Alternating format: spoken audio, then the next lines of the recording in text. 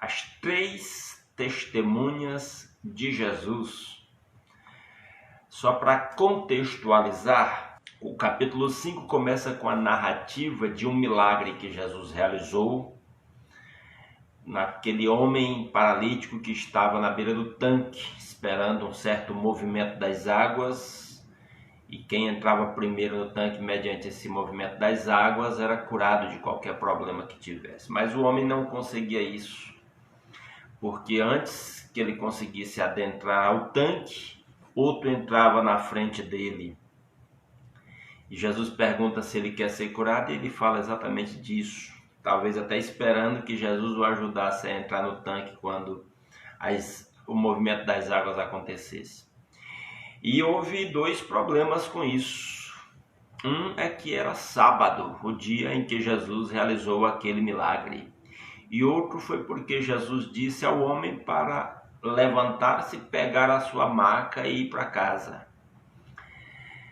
Era sábado, não podia se trabalhar no sábado, segundo a lei de Moisés e a tradição dos anciãos, e não podia carregar a maca para casa. Jesus estava trabalhando no sábado, estava curando no sábado e orientou o homem a carregar a sua maca. Vimos depois que os judeus estavam perseguindo Jesus e estavam já pensando em matar Jesus.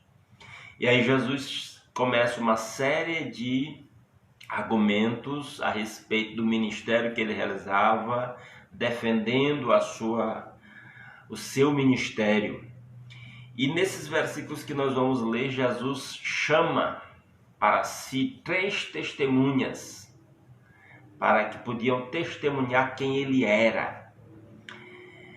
E o texto diz que um dos motivos pelos quais os judeus queriam matá-lo, causado por aquele milagre que ele fez no sábado, é porque ele se declarava filho de Deus, fazendo-se igual a Deus. E agora Jesus reclama as testemunhas para dizer: realmente eu sou filho de Deus, realmente eu sou Deus. E aí ele chama as testemunhas. Vamos ler quem são as testemunhas, versículos 31 a 37. Se testifico acerca de mim mesmo, o meu testemunho não é válido. Há outro que testemunha em meu favor, e sei que o seu testemunho a meu respeito é válido. Vocês enviaram representantes a João, e ele testemunhou da verdade. Não que eu busque testemunho humano, mas menciono isso para que vocês sejam salvos. João era uma candeia que queimava e irradiava luz, e durante certo tempo vocês quiseram alegrar-se com a sua luz. Eu tenho um testemunho maior que o de João. A própria obra que o Pai me deu para concluir e que estou realizando testemunha que o Pai me enviou.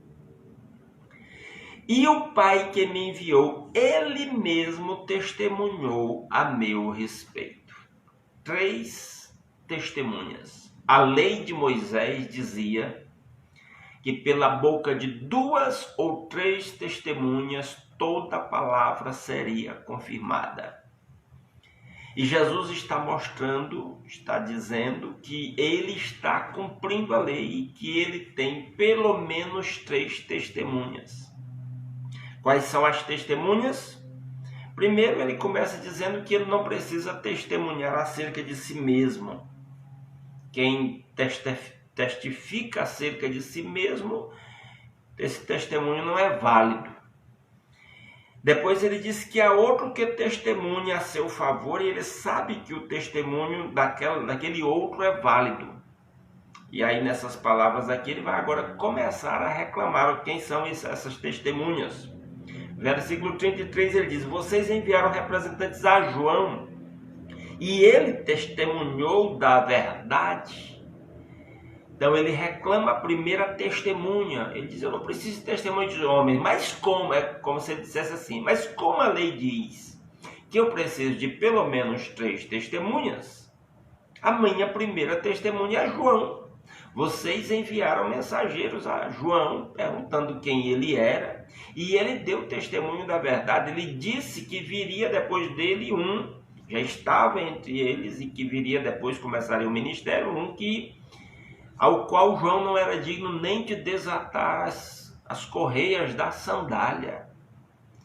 Então Jesus reclama para si aquele testemunho que João deu acerca dele, primeiro para os próprios discípulos de João. Quando João viu Jesus, ele disse: eis o Cordeiro de Deus que tira o pecado do mundo. Esse é aquele de quem eu disse: o que vem depois de mim é maior do que eu, porque ele já existia antes de mim. João deu um amplo testemunho de Jesus. Se você queira ler, você pode ler a partir do versículo 19 do capítulo 1 de João, o testemunho de João a respeito de Jesus. E agora Jesus então toma posse desse testemunho de João, porque João tinha muita credibilidade perante os judeus. Jesus diz isso. Ele diz no versículo 34, não que eu busque testemunho humano, mas menciono isso para que vocês sejam salvos. Jesus disse, eu estou mencionando essas coisas pensando em vocês, que vocês entendam, que vocês creiam, que vocês sejam salvos. Versículo 35, ele diz, João era uma candeia que queimava e irradiava luz. Jesus está dizendo, João era alguém que tinha credibilidade. Era uma pessoa para a qual vocês podiam olhar e ver integridade. Eu tenho uma testemunha que tem integridade. Que maravilha é esse testemunho de Jesus a respeito do próprio João. Em outros lugares, Jesus deu testemunho de quem era João e diz que entre os nascidos de mulher não houve ninguém maior do que João. Uma coisa interessante de pensar é o que será que Jesus diria a nosso respeito, a cada um de nós, um bom pensamento para começar o nosso dia. O que as pessoas pensam a nosso respeito não é o mais importante. O mais importante é o que Jesus pensa, o que Deus pensa a nosso respeito. Todo cristão deve se fazer esta pergunta e deve deixar que esse pensamento guie a sua conduta. O que Deus vai pensar das minhas atitudes com as pessoas ao meu redor? Porque as pessoas não podem ver tudo que nós, na verdade, somos. Na verdade, as pessoas podem ver, tomar conhecimento do que nós demonstramos ser, apesar de que o que nós somos sempre realmente aparece. Mas Deus conhece profundamente a nossa vida. Então eu estou até saindo um pouquinho do assunto, porque o assunto é as testemunhas que testificavam a respeito de Jesus. Mas aqui o que Jesus fala a respeito de João conta muito para a gente refletir o que Jesus diria a nosso respeito. Um exemplo disso existem vários exemplos na Bíblia, mas há um momento em que Deus diz de Davi, que Davi é um homem, ele achou em Davi um homem segundo o seu coração. Se Deus for falar para alguém hoje a nosso respeito, ele vai dizer que nós somos pessoas segundo o seu coração. Outro exemplo é o que Deus diz a respeito de Jó. Para o próprio diabo, Deus disse, você viu meu servo Jó? E a Bíblia diz que Jó era homem reto, íntegro, temente a Deus, que se desviava do mal. E aqui um outro exemplo fantástico. Jesus diz de João era uma candeia que queimava e irradiava luz. E durante certo tempo vocês quiseram alegrar-se com a sua luz. Jesus estava dizendo que João era alguém que era um exemplo, era uma luz. Era alguém íntegro, que as pessoas não tinham o que condenar em João. Ele diz, esse homem é minha testemunha. É interessante isso, porque nós somos chamados pela palavra para sermos testemunhas de Jesus. Em Atos capítulo 1, versículo 8, Jesus diz: vocês serão minhas testemunhas em Jerusalém, na Judéia e Samaria e até os confins da terra. Nós somos chamados para testemunhar de Jesus, para dar testemunho de Jesus. Mas para dar testemunho de Jesus, nós precisamos ter testemunho, sermos testemunhas, precisamos, como João, precisamos brilhar, precisamos refletir luz, irradiar luz, como essa Bíblia diz. Precisamos ter credibilidade, precisamos ter integridade, que as pessoas olhem para nós e vejam servos de Jesus fiéis. Isso também não quer dizer que nós não falhamos, nós falhamos, somos seres humanos suscetíveis de falha. E o nosso testemunho conta até no aspecto de reconhecer nossas próprias falhas, nossas próprias limitações, nossas próprias fraquezas.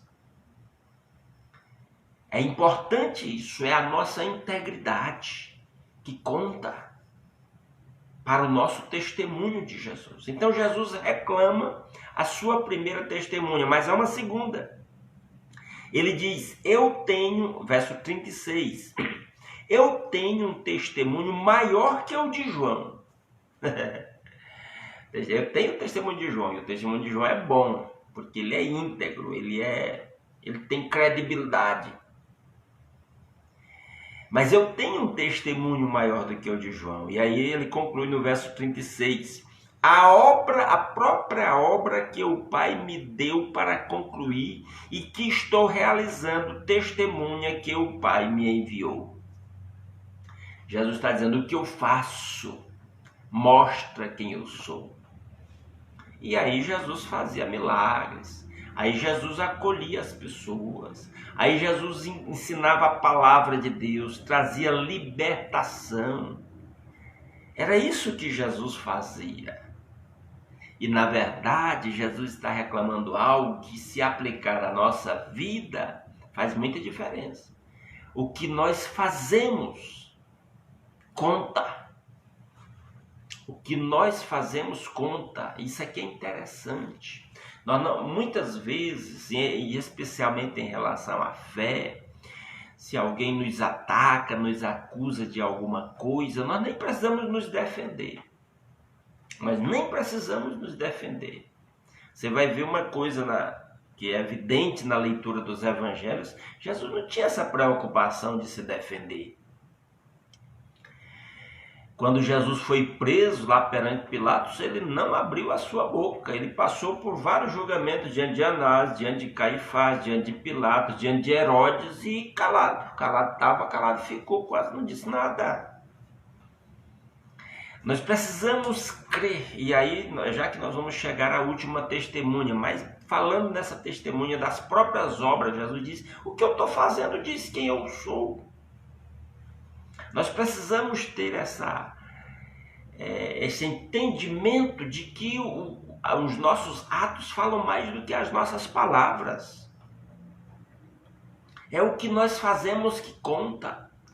Então você é servo de Cristo, continue fiel a Cristo, fazendo o que agrada a Cristo e pode ficar sossegado que os seus atos falam por você, eles é que realmente contam. Às vezes, discutir com alguém que não quer crer em nada não vai ajudar. Nós só precisamos demonstrar com as nossas atitudes. Melhor do que argumentos, são atitudes que não podem ser contraditas. São o nosso procedimento que conta. Jesus confiava absolutamente nisso. Ele diz, eu tenho o testemunho de João, apesar de eu não estar buscando testemunho de seres humanos, mas eu tenho o testemunho de João, e João era uma pessoa que tinha credibilidade. E eu tenho o testemunho das próprias obras que eu realizo. É interessante olhar para uma vida de uma pessoa, como ela tem se conduzido na sua vida, como tem sido o seu padrão. Esse é o verdadeiro testemunho de um cristão. por onde ele tem passado, as pessoas com quem ele tem se relacionado. Como é que é isso? Esse é o verdadeiro, é um grande testemunho que conta a respeito de uma pessoa e é a segunda testemunha de Jesus. Mas há uma terceira. Versículo 37. E o Pai que me enviou, ele mesmo testemunhou a meu respeito. Ele diz, eu tenho o testemunho do Pai. Provavelmente Jesus se referia ao que Deus havia dito quando ele foi batizado. Os céus se abriram, o Espírito desceu em forma de pomba, pousou sobre Jesus e uma voz do céu disse, este é o meu filho amado, que me dá muita alegria, muita satisfação. Era o testemunho do próprio Deus. E aí Jesus está falando do testemunho que Deus deu. Mas há um aspecto interessante nisso. Eu já falei da questão das obras. Jesus reclama para si, suas obras testemunham a seu favor o que ele faz, mais do que o que ele diz. E isso é um exemplo para nós. Independente de nós termos testemunhas ou não, do que quer que as pessoas venham a nos acusar, o mais importante é a maneira como nós vivemos. Nós somos servos de Cristo, devemos estar preocupados em proceder, em agir de acordo com o nosso compromisso com Cristo. O que as pessoas precisam ver são as nossas atitudes mais do que as nossas palavras. As palavras são importantes, mas as atitudes são mais importantes. Elas dão autenticidade ao que nós falamos. Palavras sem atitudes não resolvem nada. E depois Jesus reclama para si o testemunho do Pai que o enviou. Nós precisamos, com Jesus, aprender a crer que Deus é a nossa testemunha. Como eu já disse, Jesus não estava muito preocupado em se defender. E nós não precisamos, em relação à nossa fé, nossa conduta no Evangelho, se você está fazendo o que é certo, você está honrando a Deus, você está vivendo uma vida íntegra, piedosa, temente a Deus, creia. Deus é a melhor testemunha que nós podemos ter. A Bíblia diz que não há nada oculto que não venha a ser revelado. A Bíblia diz que Deus vai trazer à luz tudo o que está oculto. Acredite nisso. Se você tem sofrido alguma injustiça, se você tem sofrido alguma perseguição, Jesus aqui já estava começando o seu ministério e começando a ser perseguido e sofrer, de certa forma, já alguma injustiça, alguma acusação injusta, perseguição, ameaça de morte. Mas Jesus confia no Pai. E ele sabe que o Pai não lhe deixará sem o testemunho do próprio Pai. Deus interferirá a seu favor.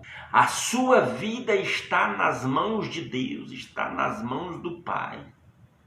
E Jesus confia nisso profundamente. Ele descansa, ele diz, é como se ele estivesse dizendo, eu vou continuar fazendo a minha obra. Ela testemunha, ela mostra quem eu sou. E o Pai vai mostrar quem tem razão. Quero finalizar esta reflexão nesta manhã com esta palavra. Se em algum momento você, como cristão, tem sofrido alguma injustiça, se mesmo com a sua conduta íntegra você ainda tem sofrido alguma acusação, alguma injustiça, continue fiel a Cristo, continue fiel a Deus. Continue sendo íntegro, continue praticando as obras da sua fé, porque estas obras serão sua testemunha perante o mundo e perante o Pai. E o Pai mesmo, Deus, há de demonstrar a sua justiça, a sua integridade. Eu quero concluir essa palavra lendo Salmo 37, versículo 5 e 6. Ele diz assim: entregue o seu caminho ao Senhor, confie nele e ele agirá. Verso 6, ele deixará claro como a alvorada que você é justo e como o sol do meio-dia que você é inocente. Olha que promessa maravilhosa. Jesus conhecia essa palavra e ele, apesar de ele não citar esta palavra aqui, mas Jesus cria nela e nós precisamos crer também. Ele está dizendo que Deus deixará claro como a alvorada. Quando nós entregamos o nosso caminho ao Senhor e confiamos nele, ele deixará claro como a alvorada que nós somos justos e como o sol do meio-dia que nós somos inocentes. Deus vai demonstrar a nossa fidelidade a ele. Vale a pena ser fiel nele. Vale a pena entregar a nossa vida a ele, confiar nele, porque tudo vai ser trazido às claras. Tudo vai ficar claro e evidente. Creia nisso. Se você em algum momento foi perseguido, sofreu alguma injustiça, alguma acusação, mas você está convicto de que está servindo a Deus de verdade, com fidelidade, com integridade, pronto. Você não precisa argumentar, você não precisa reclamar os seus direitos. Eu não estou dizendo que em causas que possam ir à justiça humana, o crente tendo direito, beleza, vá atrás, mas às vezes não é esse o caso, especialmente no que diz respeito à conduta do crente, ao seu testemunho de fé, quando ele é acusado mesmo por causa da sua fé, ele é perseguido por alguém que não crê. Não se preocupe, creia em Deus, você tem testemunho. Faça obras que testemunhem perante Deus, especialmente a seu favor, e creia que Deus vai demonstrar quem você é, que você é um servo fiel, que espera nele, que confia nele. Essa é a melhor justiça que tem. Nenhuma injustiça vai ficar sem a intervenção do Pai a nosso favor. Amém?